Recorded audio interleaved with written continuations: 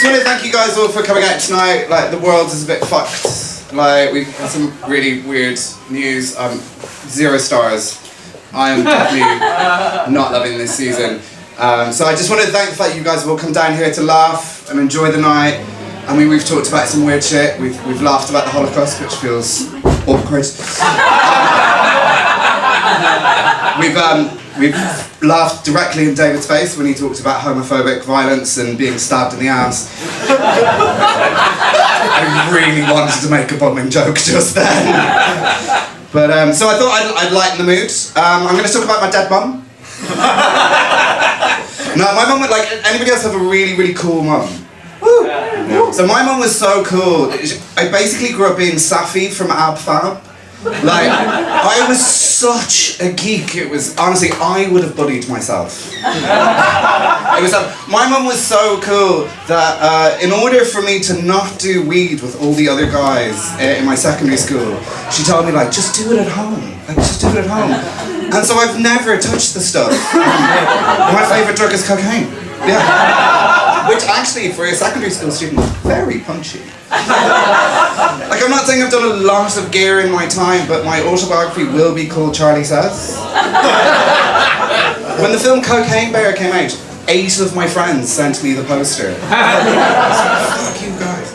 My mum was so cool. She was really confident in her relationship with my dad. As far as I know, it was all smooth sailing. It was great. She never got annoyed when other women flirted with him, and I thought that was amazing. And she really imparted that sort of faith in relationships to me. I'm not sure she meant have an open relationship with 2 men and your relationship be more open than a 24-hour Tesco. But, like, you've just got to take it and run with it, really. My mum was so cool, she turned down Sean Connery. I fucking love that reaction every time. I'll tell you the story because you asked. She was catering a party, and after the party she was very tired. She'd served everybody and she went to sleep in this, like, hanging rattan chair. Now, my mum was the kind of woman that if you woke her up, you did it with black coffee and backing away really slowly. And Shawnee woke her up and he was like, "You are stunning. Can we take a photograph?" And my mum looked him dead in the eye and went, "Well, the moment's fucking ruined." I'm like, "Fair play, it is. Do you want to come downstairs, have a bit of a dance?" So they went downstairs to the party, had a bit of a dance, and as they were dancing, he leaned in gently and said, "How do you fancy being the next Bond girl?" And my mum looked him square in the eye and went, "What dumb bitch do you take me for?" He said the first dumb bitch that hasn't worked on. And then bought her drinks for the rest of the night. Which, to be fair, the party was catered. That was a cheap date. But no, my mum taught me to really laugh in the darkest times, and I think that's what we need to do right now, and that's what comedy is really, really important to me, is that we can find the humour in the darkest and the most painful, horrible times. For example, when I found out I had HIV, nobody here today knew this was going to be a dark night, but it fucking is. When I found out I had HIV, it was a 1-minute test at home. I tell you, women who've had a pregnancy scare, I can feel your pain, because those 3 seconds waiting for that line to pop up, Jesus Christ, they were the longest 3 seconds in my life. But no, it was a horrible day when I found out I had HIV.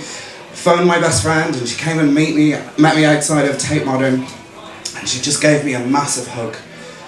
And she hugged me and whispered in my ear, "I suppose we'll have to sell the tickets to Angels in America."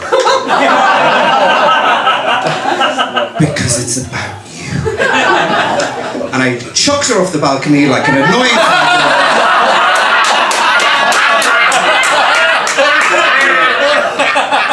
But it's really important, because that was the first time that day I had laughed. And laughter is so, so important. And I think we need to keep hold of that in these times. Because it's fucking weird. Who knew that suddenly, like, a fucking Cheeto would be back in charge? You know, I've done some dumb shit in my life, but I've never rocked up to my best mate's day back at work and accidentally done 2 Nazi salutes. Like, how the fuck do you do that? But no, mum was fucking epic. As I said, she was so cool. I was Safi. In fact, I only became cool after she died. I think it was the best. I think that's stage 8 of the grieving process. But I'm going to leave you on 2 stories about her, and if you don't laugh, remember she died, and I'm trying not to.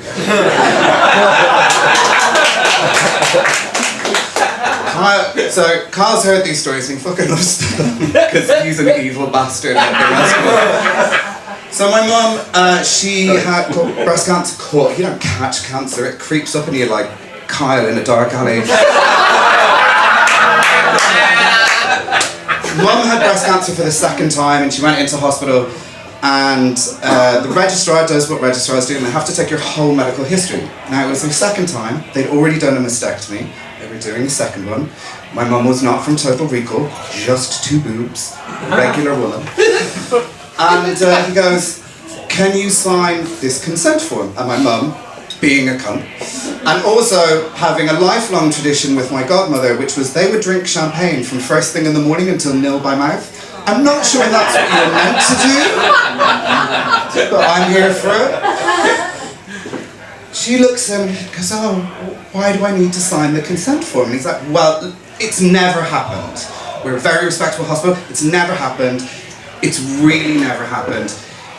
It's just in case. My mum was like, in case of what? He's like, it's never happened, but it's just in case we remove the wrong boob. Oh no!